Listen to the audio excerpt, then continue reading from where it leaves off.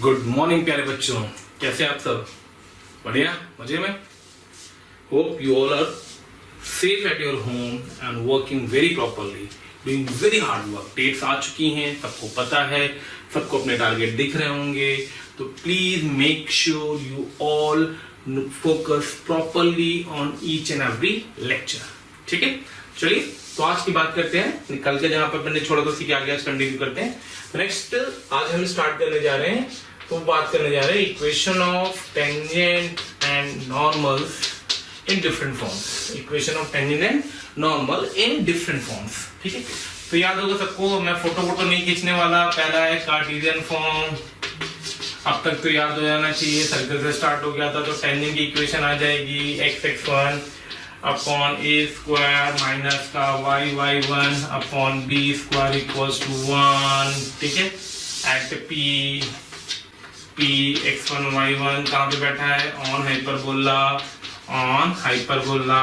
ठीक है, नॉर्मल की equation at the point p आ जाएगी a square x by x1 plus b square y by y1 should be equals to a square plus b square should be equals to a square e square. ठीक है, तो हमने बात कर ली tangent की, नॉर्मल की, कार्टेशियन फॉर्म। नेक्स्ट आता है, कौन सा फॉर्म आता है? Next parametric form. ठीक है, पैरामेट्रिक फॉर्म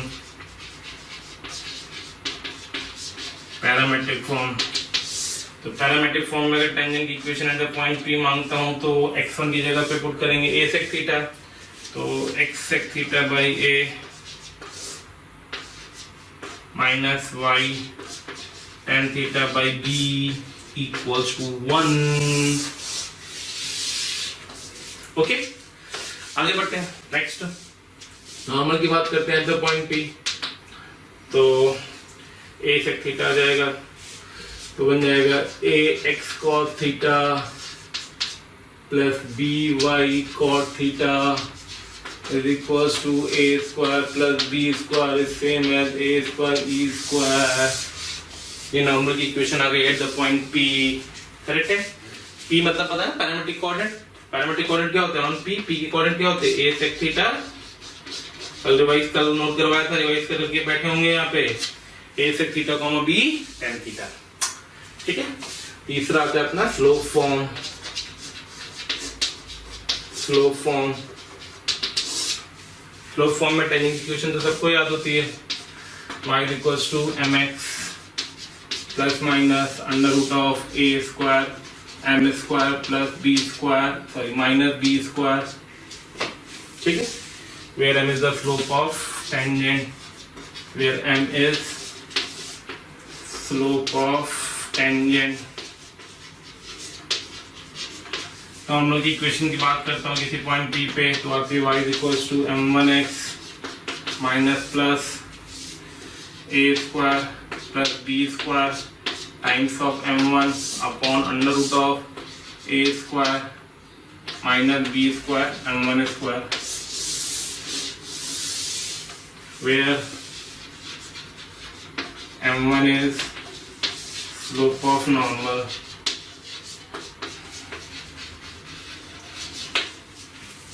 ठीक है, तो ये अपन के तीन फॉर्म होते हैं जो आपको अच्छे से, बहुत अच्छे से याद होने चाहिए, बहुत अच्छे से समझ में आने चाहिए, बहुत केयरफुली आपको ये सारे पॉइंट्स पता होने चाहिए। You must have to be remember all these results, you must remember all these results. ठीक है, चलिए तो अब हम लोगों ने जो कल पढ़ा था, जो आज पढ़ा है, अभी जहां तक वहां तक के कुछ क्वेश्चन देखते हैं। चलिए आगे बढ़ते हैं और क्वेश्चन देखते हैं। तो starting from the question number 11, tangent normal जो आर्टिकल अपन ने पढ़ा है, और जो भी कॉर्ड ऑफ कॉन्टैक्ट हो गया, पेयर ऑफ टेंजेंट हो गई, कई चीजें मैंने कराई नहीं है हाइपरबोला में, just because of one reason की सब आता है। कॉर्ड ऑफ कॉन्टैक्ट की equation t is equal to 0, pair of tangent की equation f(s1) is equal to t square, chord with the given point t is equal to s1 and so on. ठीक है, 11वां question देखते हैं। It's a good question, ये सब JEE में से question है, लास्ट ईयर लास्ट आए हुए होंगे। एक्चुअली मैं रिसेंट की क्वेश्चन से इसलिए उठा रहा हूँ, थोड़ा सा आपको आइडिया लगना चाहिए कि एक्चुअली किस लेवल तक के क्वेश्चन और किस स्पीड से या किस अप्रोच की क्वेश्चन वो आपसे पूछ रहा है बेसिकली। ठीक है, तो आइए, let P be the point of intersection of the common tangents to the parabola and hyperbola, that S and S dash are foci S lies on positive x-axis. Find the ratio in which P divides SS is dash. देखिए बेटा एक article है common tangent का, किस पे based है? Common tangent. मैंने आपको बताया था कॉमन टेंजेंट क्वेश्चन बहुत सारे आते हैं, आपको पता होना चाहिए। कुछ नहीं करना है, कोई फोटो वोटो नहीं बनानी, सिंपल सा क्वेश्चन है। पैराबोला पे कॉमन टेंजेंट लिख दी, चलो बनाई देता हूं।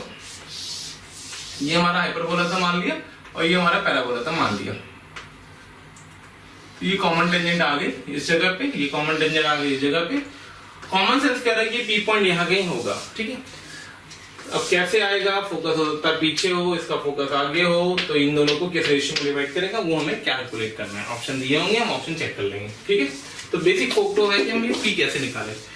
अब हमें अगर पी को निकालना है, अगर हमें पी को निकालना है तो हम ये टेंजेंट की इक्वेशन निकाल लें। लेट अस अज्यूम ये पॉइंट R था, मान लिया, ठीक है। तो अगर हम इस टेंजेंट की इक्वेशन, कॉमन टेंजेंट की इक्वेशन लिख ले जाएंगे तो पी के कोऑर्डिनेट अपने आप आ जाएगा, y को 0 पुट कर देंगे, x आ जाएगा, p आ जाएगा। एस और एस डैश तो फोकस हाइपरबोला दिया है तो हम फोकाई तो निकाल ही देते हैं, ठीक है। तो चलो मान लो हाइपरबोला को थोड़ा सजा देते हैं। तो हाइपरबोला लिखा होगा x²/1 माइनस का y²/8 इज इक्वल्स टू 1। तो यहां से a1 आ गया, b3 आ गया और e भी 3 आ जाएगा, कैलकुलेट कर लेना, ठीक है। तो s के कोऑर्डिनेट आ जाएंगे हमारे पास 3,0 और s डैश आ जाएगा हमारे पास -3,0। तो बेसिकली हमें किसको कैलकुलेट करना है? p को। तो late us assume common tangent की इक्वेशन लिख रहे हैं। तो टेंजेंट टू द पैराबोला, इस शॉर्ट में दे रहे हैं, टेंजेंट टू द पैराबोला तो आएगी y equals to mx plus का a/m, a मतलब 3/m। तो ये क्या लिखा हुआ है? 12 है, a की वैल्यू 3 हो जाएगी, तो a/m। हाइपरबोला पे टेंजेंट लिखेंगे, टेंजेंट टू द हाइपरबोला तो y equals to mx plus minus, common tangent लिखना है ना, ठीक है। Plus minus √a² 1 minus a² m² minus b²। b² कितना आएगा? 9। b² आएगा 8, b गलत दिखा अपन ने, b आएगा 2√2, 8 आएगा, ठीक है। थोड़ा सा सिंप्लीफाई कर लेंगे इसको, तो ये वाला पार्ट इस पार्ट से इक्वेट करा जाएगा जैसे हम लोग हर बार करते थे। तो 3/m is equal two plus minus √m² minus 8। यहाँ से स्क्वायरिंग करके सॉल्व कर लेना, m की वैल्यू हो जाएगी +-3। मैं थोड़ा सा टाइम सेव कर रहा हूँ, कोई लॉजिक नहीं है कि अपन टाइम वेस्ट करें इसमें। m की वैल्यू हो जाएगी +-3। m की वैल्यू अगर +-3 हो जाएगी तो टेंजेंट की इक्वेशन आ जाएगी y equals to let us assume 3x + 1, ठीक है। तो ये जो p के कोऑर्डिनेट आ जाएंगे, p के कोऑर्डिनेट आ जाएंगे, इसमें x को y को 0 पुट करेंगे तो x की वैल्यू आ जाएगी -1/3,0। तो वहां पर ये सिनेरियो आ जाएगा -3,0 s डैश होगा, p हमारा -1/3,0 होगा और s हमारा 3,0 होगा। अब हमें रेशियो निकालना, तो हम रेशियो को मान लेते हैं 1:λ लैम्डा दिया हुआ था, ये लैम्डा निकालना, लैम्डा निकल आएगा, ठीक है। तो -1/3 should be equals to -3 lambda + 3 upon lambda + 1, ठीक है। थोड़ी सी कैलकुलेशन कर लेना, यहाँ से लैम्डा की वैल्यू निकाल देना, -λ -1 is equals to -9 लैम्डा + 9 -10 आ गया is equals to माइनस का 8 लैम्डा आ गया। तो लैम्डा is equals to आ गया 5/4। मतलब जो रेशियो आना चाहिए 4:5 आना चाहिए। मैं आंसर चेक कर लेता हूँ। रेशियो आना चाहिए, वो आना चाहिए 4:5, ठीक है। 5:4 का रेशियो दिया हुआ है, ठीक है। 5:4 का रेशियो में कैलकुलेट हो गया, डन। तो एक सिंपल सा कैलकुलेटिव ठीक क्वेश्चन था, काफी अच्छा कांसेप्ट उसने यूज किया। उसने कॉमन टेंजेंट यूज करवा ली पैराबोला के साथ, उसने आपसे सेक्शन फॉर्मूले का एप्लीकेशन करवा लिया, ठीक है। बढ़िया क्वेश्चन है। तो अगर मैं बोलूंगा तो मैं इसको स्टार रैंकिंग दूंगा, ठीक है। चलिए आगे बढ़ते हैं, नेक्स्ट क्वेश्चन देखते हैं। आगे बढ़ते हैं क्वेश्चन नंबर 12 की तरफ। 12 में क्या कह रहा है? कई लोगों से योग अपनी पीठ थपथपा लेते हैं ना, बार-बार बोलता हूं मैं आपसे, जो बच्चे क्वेश्चन वर्कआउट कर लेते हैं, मेरा उन सबसे पर्सनल सजेशन है कि वो अपनी पीठ जरूर थपथपाएं, कॉन्फिडेंस लेवल बढ़ता है। Final equation of tangent to the hyperbola parallel to the line. बहुत सिंपल था क्वेश्चन, लाइन की पैरेलल चाहिए, तो लाइन की इक्वेशन है x - y = 2। तो स्लोप ऑफ द लाइन आ गया हमारे पास, कितना आ गया 1। तो tangent to the hyperbola of slope 1, तो y = mx plus minus √a²। तो हमने हाइपरबोला को थोड़ा सुंदर बना दिया, हाइपरबोला हो गया x² / 5 माइनस का y square by 4 equals to 1। ठीक है, तो y equals to mx plus minus a square m square minus b square.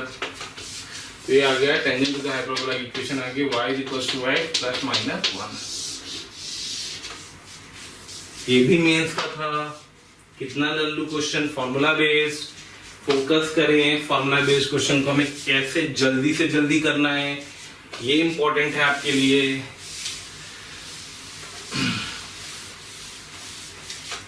आगे बढ़ते हैं, next question. If the eccentricity of the standard hyperbola passes 4 6 is 2, find the equation of tangent to the hyperbola at 4 6।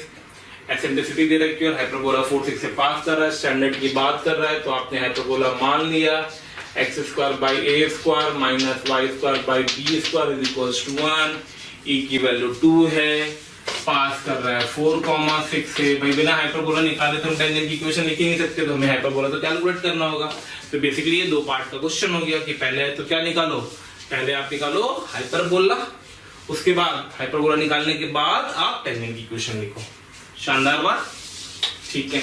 चलिए, तो 16 बटे ए square minus 36 बटे b square equals to 1 आ गया। ठीक है, ये दे रखा है ई स्क्वायर, तो b square is equals to a square times of e square minus 1, तो 4 माइनस 1, तो b square equals to 3a square आ गया।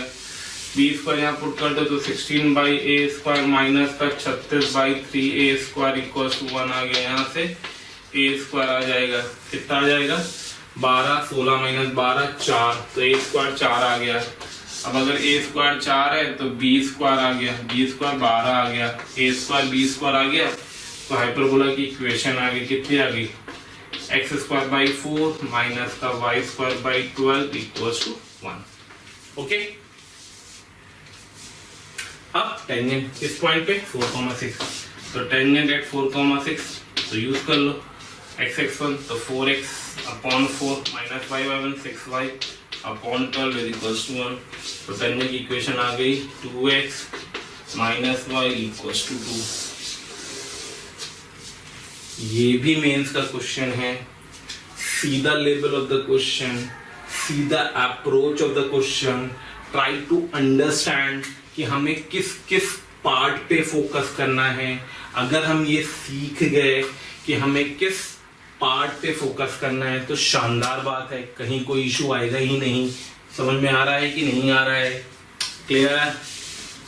चलिए आगे बढ़ते हैं, नेक्स्ट क्वेश्चन क्या कह रहा है, question number 14। If the line y equals to mx plus 7 root 3 is normal to the hyperbola, find m।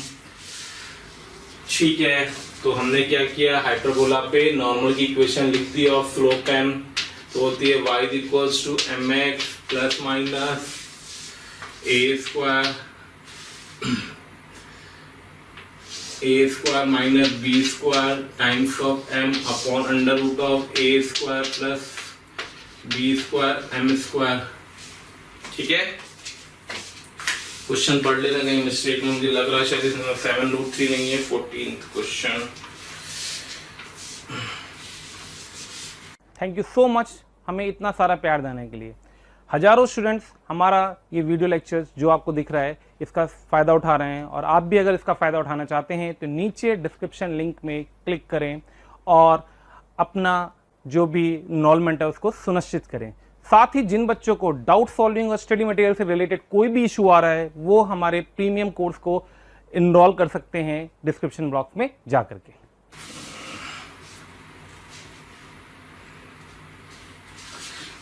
तो ये फॉर्मूला भी गलत, माइनस आएगा यहाँ पे, ठीक है। और y equals to mx plus 7 root 3, ठीक है। y equals to mx plus minus a square plus b square m upon under root of a square minus b square m square. a पता है, a स्क्वायर 24 है। अगर मैं hyperbola से a square b square calculate करूंगा तो मेरे प्यारे बच्चों हाइपरबोला से a स्क्वायर b स्क्वायर कितना आएगा, तो इस हाइपरबोला का a स्क्वायर 24 होगा, b स्क्वायर 18 होगा। सारी वैल्यूज पुट कर दीजिए तो नॉर्मल की इक्वेशन आ जाएगी y equals to mx plus minus a square plus b square, 8 4 12, 42 m square, 42 m divided by under root of 24 minus 18 m square. ठीक है, अब ये दोनों सेम दी गई हैं, तो ये वाला हिस्सा इस हिस्से से कंपेयर हो जाएगा। कंपेयर कर दीजिए, तो get 42m divided by 24 minus 18m square is equals to 7√3। Squaring करके हम सॉल्व कर लेना। आंसर मैंने ही निकाला, कैलकुलेशन आप करेंगे। m की वैल्यू सॉल्व करके आनी चाहिए 2/√5। एक बार कैलकुलेशन जरूर से चेक कर लेना, कहीं कोई इशू नहीं होना चाहिए। ठीक है, तो ये हमने हाइपरबोला में नॉर्मल की इक्वेशन के फॉर्मेट से इक्वेशन लिख दी। चलिए आगे बढ़ते हैं, नेक्स्ट क्वेश्चन देखते हैं। अरे भाई क्वेश्चन हो रहे हैं, मैंने आपको पहले बताया था। क्या बताया था? मैंने ये बताया था कि अगर आप कोऑर्डिनेट इनफैक्ट कोनिक सेक्शन में बात करें तो दो टाइप के क्वेश्चन मेजरली आपको मिलेंगे। ठीक है, एक क्वेश्चन तो मिलेगा आपको बेसिक वाला कि पैराबोला का सेंटर दे रखा है, फोकस या एलिप्स का सेंटर फोकस या एसेंट्रिसिटी, हाइपरबोला, इन सब का दे रखा होगा और आपसे इक्वेशन पूछ लेगा। दूसरे जो क्वेश्चन आते हैं इसमें, या फिर लेटस रेक्टम पूछ ले या फोकस पूछ ले, कुछ भी पूछ सकता है ऐसे। और जो दूसरे क्वेश्चन आते हैं वो आते हैं टेंजेंट नॉर्मल पे। मेजर मतलब अगर आप मेंस की बात कर रहे हैं मुझसे, क्योंकि अपन क्रैश कोर्स जो पढ़ रहे हैं मेंस का पढ़ रहे हैं बच्चों, तो इस चीज को आपको ध्यान रखना है कि आपके पास जो मेजर आता है पार्ट वो टेंजेंट नॉर्मल या बेसिक वाला आता है। तो इसलिए टेंजेंट नॉर्मल वाले पार्ट को बहुत ज्यादा अच्छे से आप करें, मतलब प्रैक्टिस आप करें। बहुत टफ क्वेश्चन आप लोग करने में लग जाते हैं, कोऑर्डिनेट में जरूरत नहीं होती है। ज्योमेट्री बेस देखिए बहुत कम क्वेश्चन आए थे, मैं जेईई मेंस करा रहा हूं जिससे आपको आइडिया लगेगा कि ज्योमेट्री बेस कितने कम क्वेश्चन आ रहे हैं। ठीक है, come to the question number 15। इसमें बोला है hyperbola pass with 10,16 and vertex at plus minus 6,0 find the equation of normal to the hyperbola at P। भाई नॉर्मल की इक्वेशन निकालनी है, हाइपरबोला चाहिए होगा।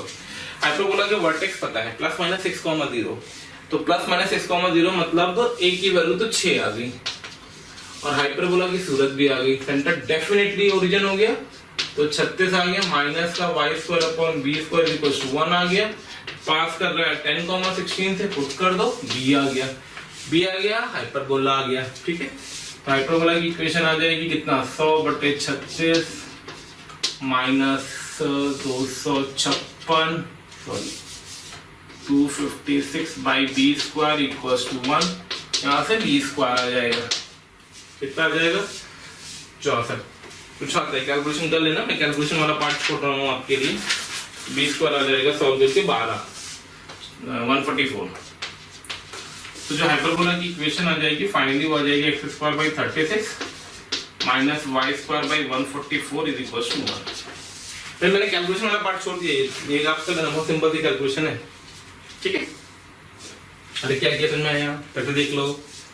पास कर रहा है और वर्टेक्स दिया है, अगर वर्टेक्स दिया चलो फोटो से देख लो, वर्टेक्स दिया है -6 तो हाइपरबोला ऐसे या ऐसे बनेगा।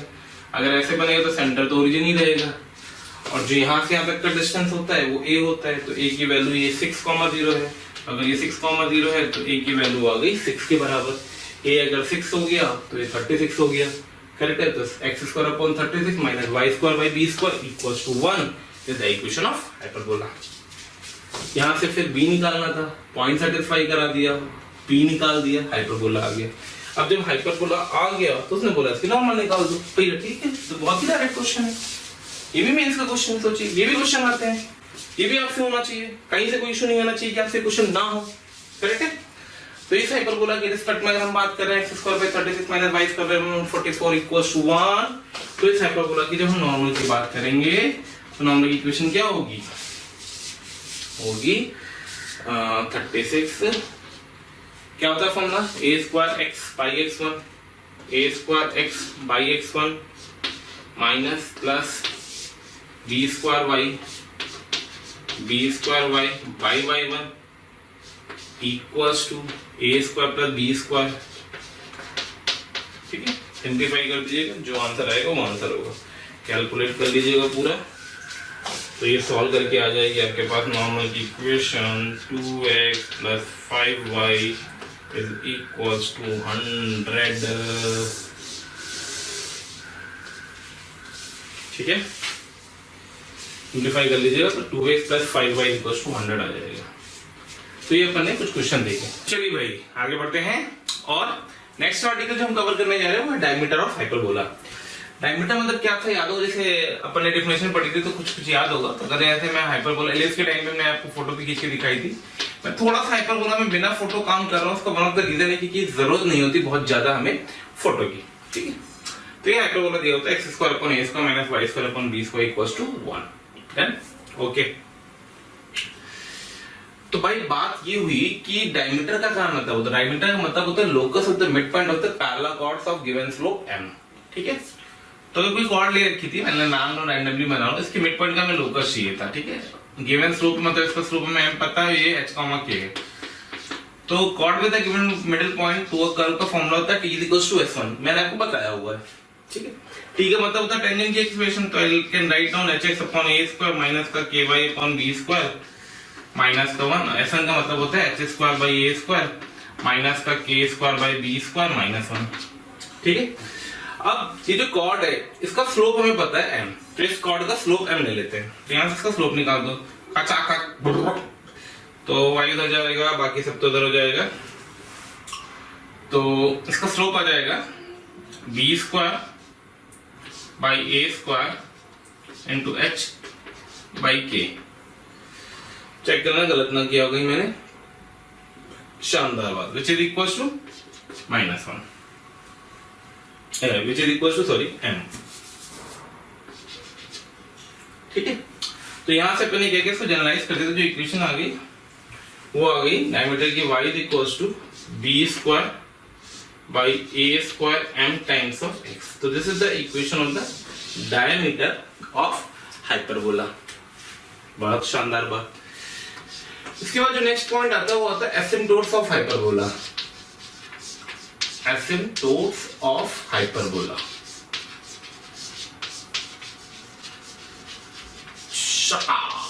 एसिम्पटोट्स ऑफ हाइपरबोला। तो मेरे प्यारे बच्चों, एसिम्पटोट्स ऑफ हाइपरबोला का क्या मतलब है, क्या कंसेप्ट है, इसको समझते हैं। एसिम्पटोट्स का बेसिकली मतलब होता है कि ऐसी लाइन जो कर्व को इंफिनिटी पे जाके टच करे, ठीक है, टचिंग लाइन। तो उसका कोई लॉजिक नहीं होता टच करने का। तो हम बोलते हैं कि हाइपरबोला में ऐसी टेंजेंट की इक्वेशन बताओ जो कर्व को इंफिनिटी पे टच करे। तो उसको कैसे इंटरप्रेट किया जाता है वो ध्यान देना, ठीक है। तो ये एसिम्पटोट्स का मतलब क्या, अ line which touches the conic, hyperbola की बात करो, जनरल कोनिक के लिए भी होल्ड करता है। तो a line which touches the curve at infinity is known as asymptotes, ठीक है। तो ऐसे हाइपरबोला अपन ने लिखा था x² / a² माइनस का y² / b² = 1। अब बात आई तो मैंने मान लिया, लेटर एज्यूम किया क्या कि जो एसिम्पटोट थी उसकी इक्वेशन थी y = mx + c। क्या था, y = mx + c। अब ये लाइन इस हाइपरबोला को टच कर रही है, ये लाइन इस हाइपरबोला को टच कर रही है। तो दोनों को सॉल्व कर दिया अपन ने। तो जैसे हम इसको सॉल्व करेंगे, I'll get the value x² b² minus का a² into mx + c का whole square minus a² b² = 0। इसको थोड़ा सा x में क्वाड्रेटिक बना देते हैं अपन, ठीक है। तो ये आ जाएगा x² times of b² minus का a² m² माइनस का 2mca² times of x minus का a² c² माइनस का a² b² = 0। तो ये जो x में हमने क्वाड्रेटिक लिखी बेटा, ध्यान से देखना, इसके दो रूट्स होंगे और हम बोल रहे हैं वो दोनों रूट्स क्या हमारे इन्फिनिटिव। तो if a quadratic equation having both roots infinitive, funda पता होना चाहिए इसका, नहीं पता तो बता देते हैं अपन। If a quadratic equation having both roots infinitive, अगर एक क्वाड्रेटिक इक्वेशन के दोनों रूट इन्फिनिटिव होते हैं तो उसका लीडिंग कोफिशिएंट और x का कोफिशिएंट ये क्या होना चाहिए, 0 होना चाहिए। तो यहां से अपने पास दो रिलेशन आ गए, एक आ गया 2mca² = 0 और एक रिलेशन आ गया b² माइनस a² m² = 0, ठीक है। अब देखो m स्लोप है, 0 हो ही नहीं सकता है। स्लोप 0 मतलब लाइन काटती हुई चली जाएगी, टेंजेंट का बात ही खत्म हो जाएगी। a 0 हो नहीं सकता है, तो यहां से इतना तो श्योर होगा कि c 0 होगा। करेक्ट है, और n क्या होगा वो ये बता देगा। तो जो m स्क्वायर आ गया वो आ गया b square by a square. कई बच्चे हमें कंटिन्यूअसली मैसेज करते हैं सर इस टॉपिक पे वीडियो बनाइए, सर उस टॉपिक पे वीडियो बनाइए। तो उसके लिए मेरा आप सबसे ये सजेशन है कि आप हमारे यूट्यूब चैनल को सब्सक्राइब करें और बेल आइकन को हिट करें, जिससे आपको सारे नोटिफिकेशन प्रॉपर मिलते रहे। रीज़न इसका क्या है कि कई बार ऐसा होता है कि जिस टॉपिक की आप डिमांड कर रहे हो उसकी वीडियो तो ऑलरेडी हमने बना रखे हैं और यूट्यूब चैनल पे हमारे पड़े हुए हैं, तो वो सारे नोटिफिकेशन आपको प्रॉपरली टाइम टू टाइम मिलते रहें। इसके लिए आप हमारा जो यूट्यूब चैनल है उसको सब्सक्राइब करें और हमारा बेल आइकन को हिट करें। ठीक है, या मैं बोल दूं तो m इज इक्वल टू निकल के आ गया plus minus b by a। तो एक्चुअली में क्या हुई पूरी पिक्चर कि जो हाइपरबोला था, बट ये एसिम्प्टोट्स वाला पार्ट वैसे तो मेंस में थोड़ा सा कम इंपॉर्टेंट है, बट ठीक है फिर मैं आपको मतलब भर का बता दूंगा एसिम्प्टोट, ऐसा नहीं बताऊंगा। तो यहाँ से अपने पास दो लाइन की दो इक्वेशन पॉसिबल हो गई, एक L1 y is equal to b by ax और एक हो गई L2 y is equal to minus का b बाई ax। ठीक है, थोड़ा सा क्रॉस मल्टीप्लाई करके सजा दिया। तो यहाँ से मैं पेयर ऑफ एसिम्प्टोट्स की इक्वेशन निकल के आ गई, वो आ गई x square upon a square, ठीक है, माइनस का y square upon b square equal to 0। Check कर लें, दो लाइनें लिखी हुई हैं, इन दोनों को मैंने मल्टीप्लाई कर दिया तो इक्वेशन आ गई। तो ये हमारी एसिम्प्टोट्स के पेयर की इक्वेशन आ गई इस हाइपरबोला के लिए। अगर ये हाइपरबोला था तो इसका corresponding asymptotes x square upon a square minus y square upon b square equal to 0 होगा। ठीक है, फोटो की बात कर लेते हैं। तो अगर मैं इसको प्लॉट करना चाहूंगा तो कुछ ऐसे बनता है, ध्यान देना। ये हमारा हाइपरबोला था, ठीक है, तो ये हमारे एसिम्प्टोट्स होंगे। पास कहां से करेंगे? ओरिजिन से करेंगे। तो ये हमारे एसिम्प्टोट है। तो बेसिकली लगता है कि कर्व को कहां पे जाकर टच कर रहे हैं? इनफाइनाइट पे। इसकी इक्वेशन होती है y equal to b by ax, इसकी इक्वेशन होती है y इक्वल टू माइनस का b बाई ax। छोटी छोटी चीजें पता होनी चाहिए, ठीक है। अब कुछ पॉइंट्स पढ़ लेते हैं, इसमें क्या क्या चीजें होती हैं काम की, उनको समझते हैं, छोटी छोटी पॉइंट्स को, ठीक है।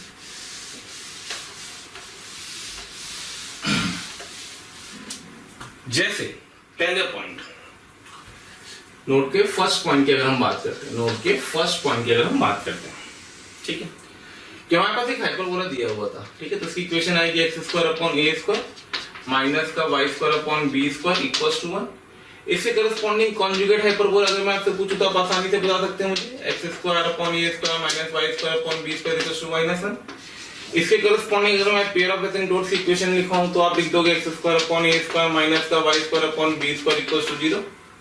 तो ये तीनों पिक्चर जब हमने देखी तो यहां से हमने एक कंक्लूजन ये निकाला कि H plus CH is equal to 2A। A asymptotes के लिए रिप्रेजेंट किया जा रहा है, ठीक है। ये एसिम्प्टोट्स अगर मैंने ऐसे लिख दिया H plus CH is equal to 2A, ठीक है। इसका आते ही हम इसको जनरलाइज फॉर्म में लिख देते हैं। कैसे लिख देते हैं ये समझते हैं।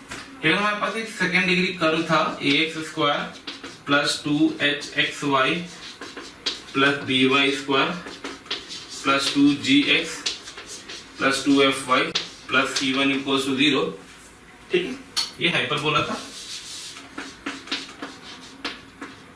इसी करस्पॉन्डिंग जो कॉन्जुगेट हाइपरबोला आएगा प्लस c2 हो जाएगा। इसी करस्पॉन्डिंग जो पेयर ऑफ एसिम्प्टोट्स आएगा प्लस c3 हो जाएगा।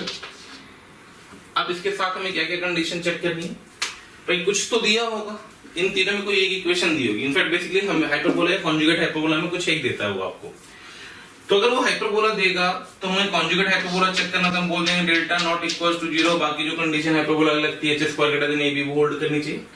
और अगर ये देगा तो ये डेल्टा इक्वल टू 0 कंडीशन देगा। क्यों? क्योंकि ये पेयर ऑफ स्ट्रेट लाइन को रिप्रेजेंट कर रहा होगा।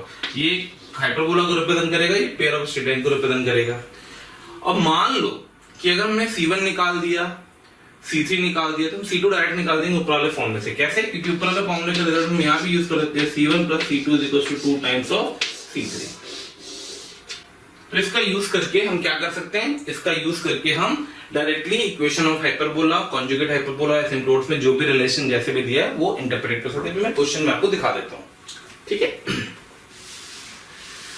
अब जैसे एक और पॉइंट आता है, होते तो बहुत सारे पॉइंट्स हैं एसिम्प्टोट्स के अंदर, बट बेसिकली वो एडवांस के लिए इंपॉर्टेंट है, मेंस में नहीं है, बट फिर भी मैं थोड़ा बहुत बता देता हूँ कि अगर कभी भी हम मान लो इसको f से मैं रिप्रेजेंट कर देता हूँ, f से, तो del f upon del x अगर हम कर देते हैं 0 और del f upon del y equal to कर देते हैं, इसका प्रूफ मत मांगना, ठीक है, मतलब एडवांस के लिए नीड है, मैं शॉर्टकट ट्रिक है इसलिए मैं आपको बता दे रहा हूँ।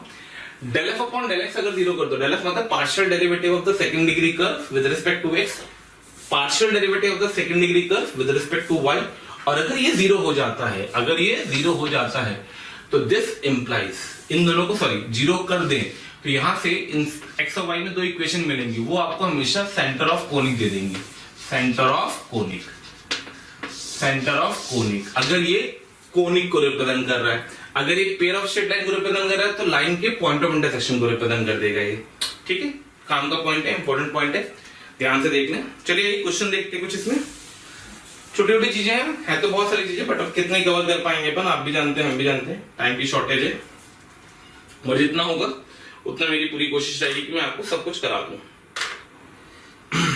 कोई और इंपॉर्टेंट पॉइंट नहीं छूटना चाहिए, बेसिकली ही मेजर इंपॉर्टेंट पॉइंट्स होते हैं दोनों, ठीक है। तो आइए क्वेश्चन देखते हैं। क्वेश्चन में कह रहा है एक हाइपरबोला गिवन है आपको 3x स्क्वायर माइनस का 5xy माइनस का 2y square minus 5x plus 11y minus 8 equal to 0, ठीक है। एक हाइपरबोला आपको गिवन है और उस हाइपरबोला के रिस्पेक्ट में आपसे क्या डिमांड कर रहा है,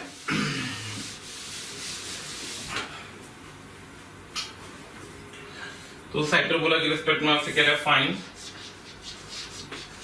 x conjugate hyperbola and asymptote, जो हमने बात करी थी वही आगे बात, ठीक है। तो सबसे पहले मैं क्या करूंगा, इसके एसिम्प्टोट्स के बारे में बात कर लेता हूं। तो अगर मैं एसिम्प्टोट्स के बारे में बात करूंगा तो वो इक्वेशन बनेगी 3x स्क्वायर माइनस का 5xy minus 2y square minus 5x plus 11y plus C3 equal to, मैंने C3 जानबूझ के लिखा क्योंकि पेपर ने C1 C2 C3 में बात किया था। अब क्योंकि पेयर ऑफ स्ट्रेट लाइन है तो इसका डेल्टा 0 होना चाहिए, उस डेल्टा को आप 0 कर लेंगे, डेल्टा पता है ना कैसे कह रहा हूं मैं, ABC प्लस 2FGH याद होना चाहिए, रिवाइज करा दे रहा हूं, minus ABC plus 2FGH minus AF square minus BG square minus CH square, ठीक है। इसको आप सब्स्टिट्यूट कर दीजिएगा, तो जब आप इसको सब्स्टिट्यूट करेंगे तो आपके पास C3 की वैल्यू -12 आ जाएगी। मैं सॉल्व नहीं कर रहा हूँ, टाइम वेस्ट नहीं करूंगा आपका, कैलकुलेशन आप कर देना, C3 -12 आ जाएगा, C3 -12 आते ही ये आ जाएगा। अब उसने बोला कॉन्जुगेट हाइपरबोला भी बताओ, तो कॉन्जुगेट हाइपरबोला की इक्वेशन बन जाएगी 3x स्क्वायर माइनस का 5xy माइनस का 2y स्क्वायर माइनस का 5x प्लस का 11y plus C2 is equals to 0. Now we know, you know, I don't know. Now we know, you know, I don't know. क्या कि C1 plus C2 is equals to 2 times of C3, 24, तो यहाँ से C2 निकल के आ जाएगा, minus का 24 plus का 8, मतलब C2 is equals to minus का 16, C2 आगे पुट कर देंगे कॉन्जुगेट हाइपरबोला आ जाएगा, C3 आगे पुट कर देंगे एसिम्प्टोट आ जाएगा। तो this is the way through which you can easily work out any general conic representing an hyperbola from which we can calculate its asymptotes as well as conjugate hyperbola, ठीक है। चलिए question और देखते हैं, तो देखिए नहीं तो एक क्वेश्चन और देख लेते हैं। Find hyperbola whose asymptotes are given as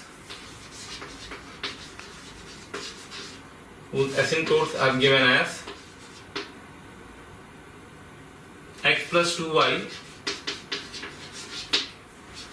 plus 3 is equals to 0 and 3x plus 4y plus 5 equals to 0.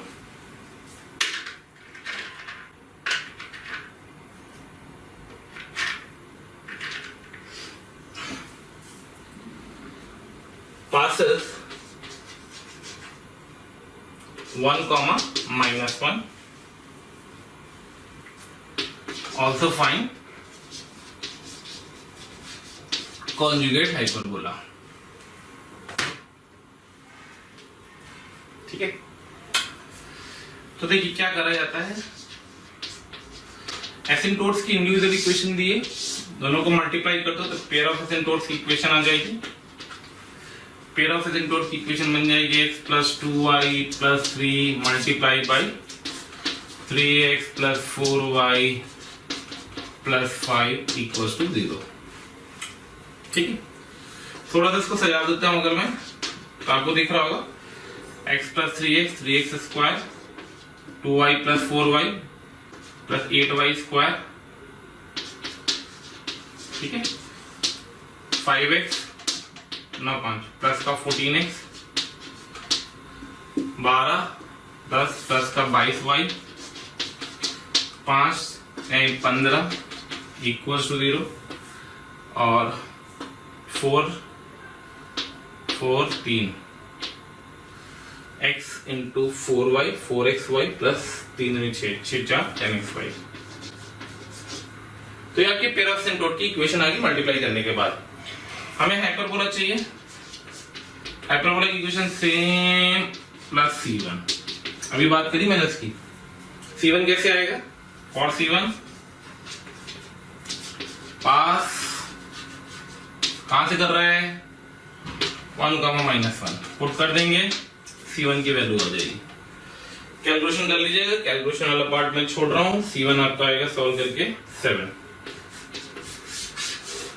c1 आ गया, कॉन्जुगेट हाइपरबोला निकालना है, तो कॉन्जुगेट हाइपरबोला की इक्वेशन भी सेम आएगी, 3x² 10xy पकड़ने का plus c2 = 0, c1 + c2 = 2 times of c3 मतलब 15, ठीक है। तो c2 आ जाएगा 30 - 7 23, c2 आ गया, पुट कर दीजिए, c1 आ गया, पुट कर दिया, ठीक है।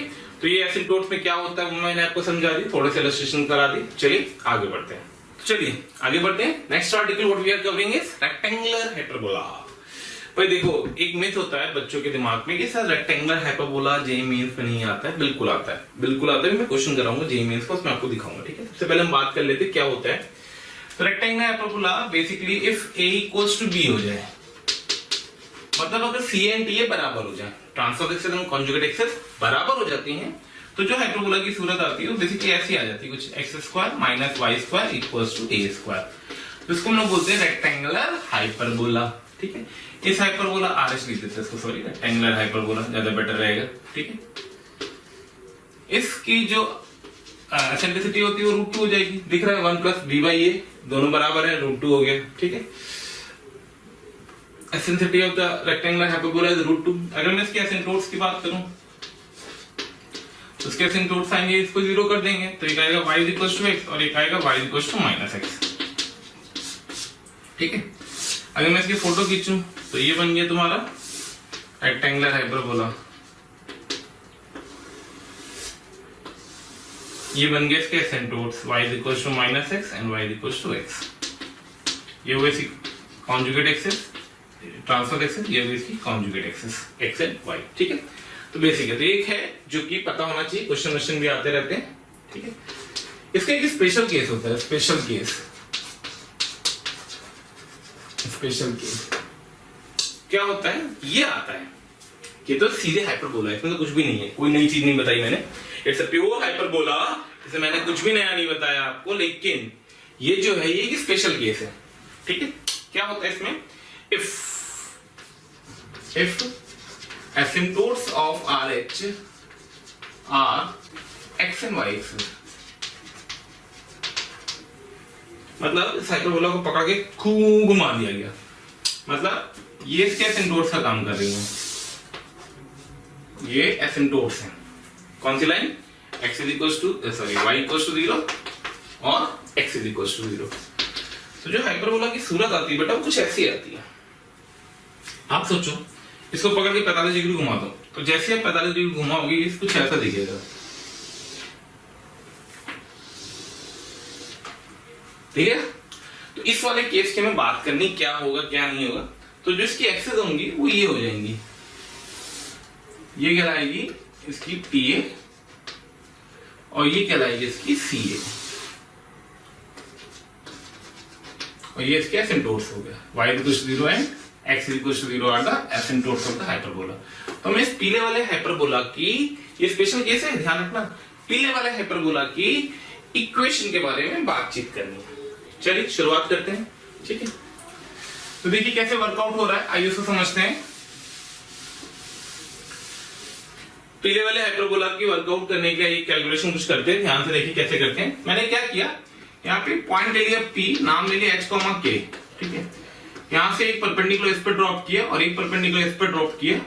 इस परपेंडिकुलर को मैंने L1 बोला, इस परपेंडिकुलर मैंने L2 बोला। आप लोग को याद होगा तो मैंने आपको बताया था कि हम हाइपरबोला की इक्वेशन को भी उस तरीके से सजा सकते हैं जैसे एलिस में सजाई थी। तो मैंने कहा L1 square upon a square minus का L2 square upon b square. By default a और b बराबर होंगे क्योंकि रेक्टेंगुलर हाइपरबोला है, तो अगर रेक्टेंगुलर हाइपरबोला है तो दोनों ट्रांसवर्स कॉन्जुगेट इससे सेम होंगी। तो यहाँ से जो मतलब आरएच की इक्वेशन आ जाएगी वो आ जाएगी आपके पास L1 square minus L2 square is equals to a square, ठीक है। L1 का मतलब length of perpendicular on the line this, ये लाइन है y इक्वल्स टू x और ये लाइन है y plus x equals to 0, ठीक है। तो h के से अगर मैं इस पे परपेंडिकुलर ड्रॉप करूंगा तो बनेगा h minus k by root 2 का होल स्क्वायर, यहां से बनेगा h plus k by root 2 का होल स्क्वायर। चेक करना कि मिस्टेक ना हो रही, L1 स्क्वायर है प्लस पे और L2 स्क्वायर है माइनस पे। L1 स्क्वायर है प्लस पे परपेंडिकुलर, L2 स्क्वायर है माइनस पे perpendicular, should be equals to a square. Cross multiply करेंगे 2a स्क्वायर आएगा, यहां से 2hx आएगा, सॉरी 4, तो जनरलाइज करेंगे तो 4xy equals to 2a square आएगा, यानी बेसिकली xy इक्वल्स टू आ जाएगा a स्क्वायर बाई 2। हम इसको याद करने के लिए कंफर्टेबल जोन देने के लिए हम लोग इसको ऐसे याद करते हैं xy equals to c square. अब जो हमने xy equals to c square याद किया है, वेयर अगर मैं आपसे c के बारे में पूछता तो c इक्वल्स टू आ जाता a बाई रूट 2। कितना आता a बाई रूट 2, तो c की वैल्यू आ जाती a बाई रूट 2 जो हमने यहाँ पे इंटरप्रेट किया है। अब बाकी सारी बातें, फोकस, इसका फोकस क्या होगा, एसेंट्रिसिटी तो पता ही है आपको, e इक्वल्स टू रूट 2 आएगी जैसे यूजुअल आती है। अब बात आती है इसकी फोकस क्या होगा, डायरेक्ट्रिक्स क्या होगी, सारी कैलकुलेशन। तो ये दोनों वर्टेक्स कहलाते हैं इसके, ये V1 या A1 लिख दो इसको, ये A2 वर्टेक्स, ठीक है। ये फोकस F1, ये फोकस F2, ठीक है। डायरेक्ट्रिक्स की इक्वेशन लिखनी है तो हम डायरेक्ट्रिक्स की इक्वेशन को मार्क कर देते हैं। ये इसकी डायरेक्ट्रिक्स यहाँ कहीं होगी, ये दूसरी डायरेक्ट्रिक्स होगी इसकी यहाँ कहीं, ये डायरेक्ट्रिक्स होगी dr1, ये डायरेक्ट्रिक्स होगी dr2, बस इससे ज्यादा हमें जरूरत नहीं पड़ती है। बाकी तो टेंजेंट वेंजेंट पैरामेट्रिक कोऑर्डिनेट बहुत चीजें होती हैं। तो आइए इसको समझते हैं। अब जैसे मान लीजिए हमें फोकस निकालना है, ठीक है। तो आपको पता है कि फोकस का इस जगह से डिस्टेंस जो होगा वो होगा AE, ठीक है।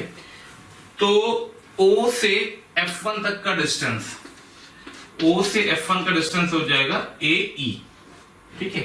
AE, E है रूट 2, E हो गया रूट 2 और A इज इक्वल्स टू है C रूट 2, तो ये आ गया 2C, यानी OF1 की जो लेंथ आएगी वो 2C आ जाएगी। यहां से जो लेंथ आएगी 2C आ जाएगी, 2C आ जाएगी, यानी जो F1 की कोऑर्डिनेट हो जाएंगे वो बेसिकली कितने हो जाएंगे, तो इस 45 डिग्री पे ओरिजिन से 2C डिस्टेंस पे जाएंगे तो 2C cos 45 C by root 2C sorry comma root 2C।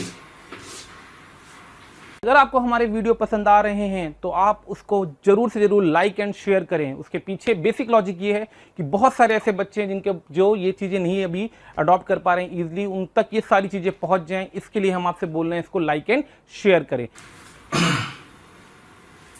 Check कर लें, 4C स्क्वायर करेक्ट है।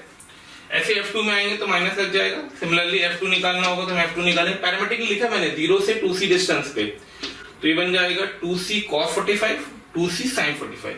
F2 लिखना होगा तो माइनस में आ जाएगा रूट 2C, माइनस में आ जाएगा रूट 2C।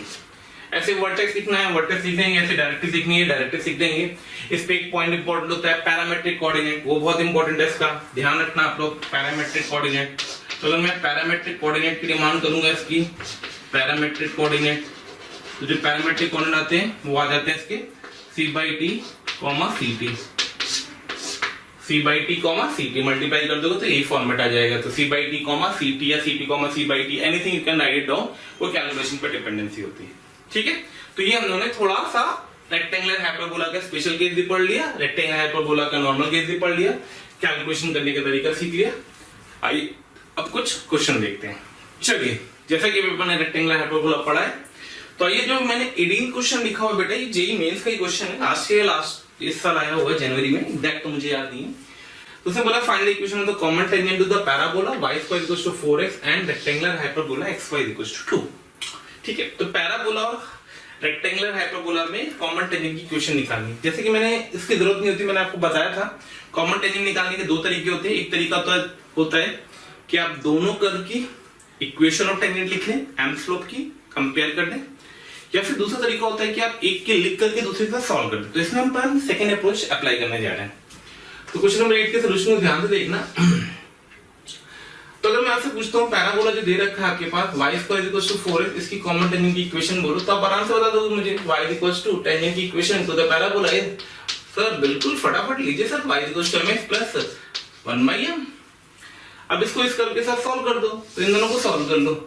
जब इन दोनों को सॉल्व करोगे आप, इन दोनों को सॉल्व कर लो, तो जैसे आप इन दोनों को सॉल्व करोगे, what will get it over there, x times of mx + 1/m should be equals to 2।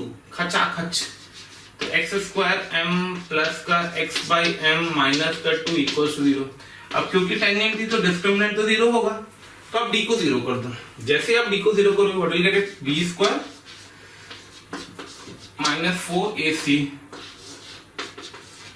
यहां से m³ = -1/8 आ गया, यानी m = आ गया -8। बस खत्म क्वेश्चन। जैसे m आ गया वैसे कॉमन टेंजेंट की इक्वेशन आ गई। तो equation of common tangent short में लिखा हूं CT इज, m की वैल्यू पुट कर दो, तो will get the equation y = -1/2x - 2। ठीक है, क्रॉस मल्टीप्लाई कर दिया, तो 2y + x + 4 = 0। तो ये हमारी टेंजेंट की इक्वेशन निकल जाएगी, कॉमन टेंजेंट की। ठीक है, सिंपल सा क्वेश्चन था, ये जे मेंस में आया हुआ था। तो आप ये नहीं बोलते, कई बच्चे मुझसे पूछते हैं या बोलते हैं कि सर रेक्टेंगुलर हाइपरबोला फालतू में अपन पढ़ते हैं, मेंस वाले बच्चे, स्पेशली मेंस वाले, ये सर वो तो अपने सिलेबस में है नहीं। बट ऐसा है नहीं, देखो बेटा सामने क्वेश्चन पूछा उसने, बट पूछने के बस तरीका अलग है, उसने कॉमन टेंजेंट में डाल दिया। कॉमन टेंजेंट में तो वो कोई भी कर्व दे सकता था, उसने ये दे दिया। ठीक है, आइए सेकंड क्वेश्चन है, find the asymptotes of the rectangular hyperbola this thing. बहुत शानदार क्वेश्चन, दोनों आर्टिकल जो कवर किए दोनों को उसने एक ही क्वेश्चन में क्लैप करवा दिया। ठीक है, तो सबसे पहले आपको ये नहीं समझ में आ रहा है हाइपरबोला रेक्टेंगुलर कैसे है। तो आइए पहले मैं आपको क्वेश्चन नंबर 19 में हाइपरबोला दिखाता हूं। ठीक है, तो रेक्टेंगुलर हाइपरबोला की सूरत, तो आप क्या करो, इसको xy - 3y - 2x + 6 = 6 कर दो, तो ये बन जाएगा x कॉमन ले लिया, y - 2 आ गया, 3 कॉमन ले लिया माइनस का, तो y - 2 आ गया। तो यहां से आ गया x - 3 × y - 2 = 6। Let me check, ये कैलकुलेशन मिस्टेक ना करिए पहले, क्वेश्चन 6 चल रहा था, फिर से देख लेना। तो xy - 3y - 2x + 6 कर दिया। ये फैक्टराइजेशन का तरीका भी होता है बेटा, अलजेब्रा का बहुत इंपॉर्टेंट पार्ट है, अगर नहीं आता तो याद रखना। अब आप क्या करो, इसको शिफ्टिंग ऑफ ओरिजिन के कांसेप्ट से लिख दो, xy = बड़ा है 6। तो देखो यहाँ पर रेक्टेंगुलर हाइपरबोला बन गया। शिफ्ट ऑफ ओरिजिन कहां पे शिफ्ट हो गया, 2, 3, 2 पे, यहाँ पे शिफ्ट कर दिया, तो ओरिजिन शिफ्ट यहाँ हो गया। तो मैं रेक्टेंगुलर हाइपरबोला की सूरत में कुछ ऐसी बन के आएगी। समझ में आया कि नहीं आया? उसने क्या पूछा है, इसे क्या बता दो, एसिम्पटोट्स बता दो। क्या बता दो, एसिम्पटोट्स। लो भाई, ये अच्छा और ये अच्छा क्या होंगे, एसिम्पटोट्स होंगे। बिल्कुल शानदार बात। ये कौन सी लाइन आएगी, x = 3। ये कौन सी लाइन आएगी, y = 2। लो भाई, एसिम्पटोट्स की इक्वेशन आ गई। क्या आ गई, एसिम्पटोट्स आर x = 3 एंड y = 2। चलेगा, समझ में आया कैसे हुआ, क्या किया गया, सिंपल सा क्वेश्चन। ठीक है, चलिए नेक्स्ट क्वेश्चन पे आते हैं, क्वेश्चन नंबर 20।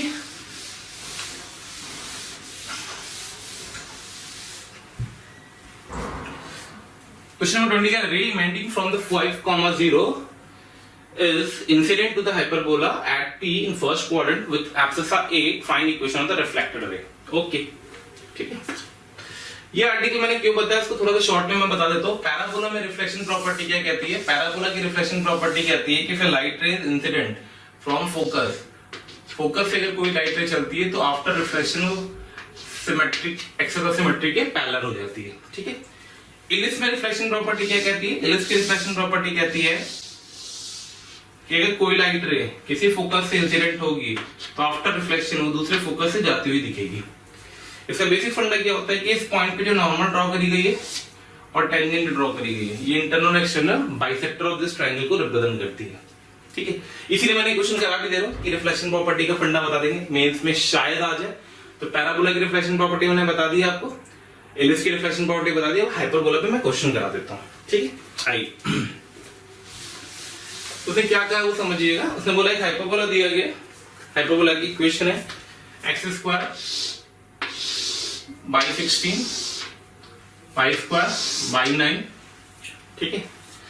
एक लाइट रे इमेंट कर रही है 50 पे, इमेंट करिए 50 पे, मतलब कुछ ऐसी लाइट रे आ रही है, ये है 50, थोड़ा सा ज्यादा पास हो गया, ठीक है। तो आफ्टर रिफ्लेक्शन ही थोड़ा सा फोटो अच्छी थी नहीं बन पाएगी, तो अब शायद समझ ना पाऊँ, मैं फोटो दोबारा बना देता हूँ मेरे प्यारे बच्चों। तो भाई थोड़ा सा समझदारी से बनाते हैं, ठीक है, अच्छी photo.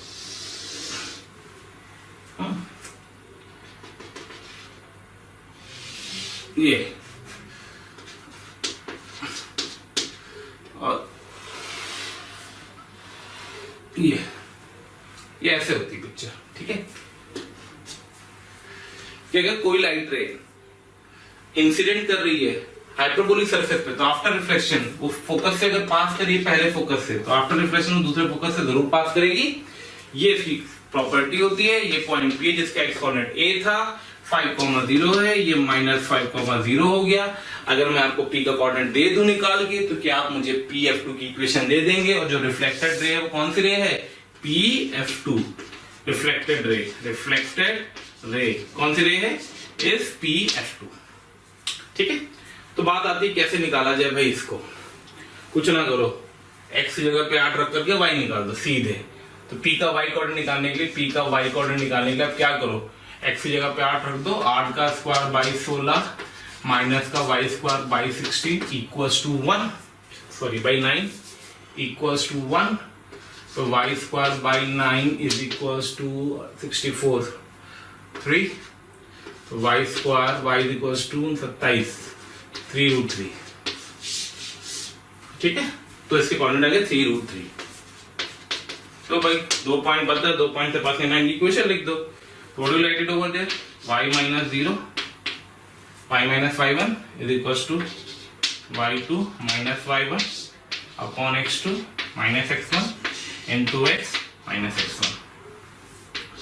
13y minus 3√3x minus का 15√3 is equals to 0. तो ये हमारी इक्वेशन आ गई किसकी? रिफ्लेक्टेड रे की, ठीक है। तो यहां पे हम हाइपरबोला को दी एंड कर रहे हैं, ठीक है। होपफुली आपने बहुत अच्छे से इसको रिवाइज करेंगे जाकर के घर पे। जो डीपीपी आपको मिली होगी वो डीपीपी आप वर्कआउट, जो सीपीएस आपको या डीपीपी अपलोड हुई होगी वो डीपीपी या सीपीएस आप वर्कआउट कर रहे होंगे। अब बात आती है कोऑर्डिनेट ज्योमेट्री, जैसा कि हमने खत्म कर लिया। होपफुली आपने एंजॉय भी किया होगा इसको और बहुत सारी चीजें आपने सीखी होंगी। बहुत सारे शॉर्ट में मैंने रिवीजन कराने की पूरी कोशिश करी है। अपनी तरफ से मैंने पूरी कोशिश करी कि 10 लेक्चर में 10 lecture, 2 straight line, 2 circle, 2 parabola, 2 ellipse and 2 hyperbola, 10 lecture में पूरी कोऑर्डिनेट ज्योमेट्री जो लगभग 2 से 2.5 महीने चलती है उसको मैंने शॉर्ट में कवर करने की पूरी कोशिश करी है। और जहां तक मेरी एक्सपेक्टेशन कहती है कि मेंस में हम किसी भी लेवल का क्वेश्चन आएगा, इस 10 लेक्चर में जो भी आपने रिवाइज किया होगा, जो डीपीपी में हमने वर्कआउट करेंगे, उससे आपका क्वेश्चन अच्छे से बनना चाहिए। अब मैं आपको एक शॉर्ट ट्रिक, क्या मैं बोलूंगा, एक चार्ट फॉर्मेट दे रहा हूं कि आप चीजों को याद कैसे रखेंगे। तो याद रखने के लिए आप एक चार्ट बना लो इस तरीके से, circle, parabola, ellipse and hyperbola, ठीक है। अब क्या करना, चार्ट बनाते वक्त यहाँ पे इसकी टेंजेंट की इक्वेशन सारे फॉर्मेट में, ठीक है, टेंजेंट की इक्वेशन सारे फॉर्मेट में फटाफट लिख देना। नॉर्मल की इक्वेशन सारे फॉर्मेट में, कॉमन टेंजेंट, इसमें पैरामेट्रिक कोऑर्डिनेट, बहुत सारी चीजें होती है।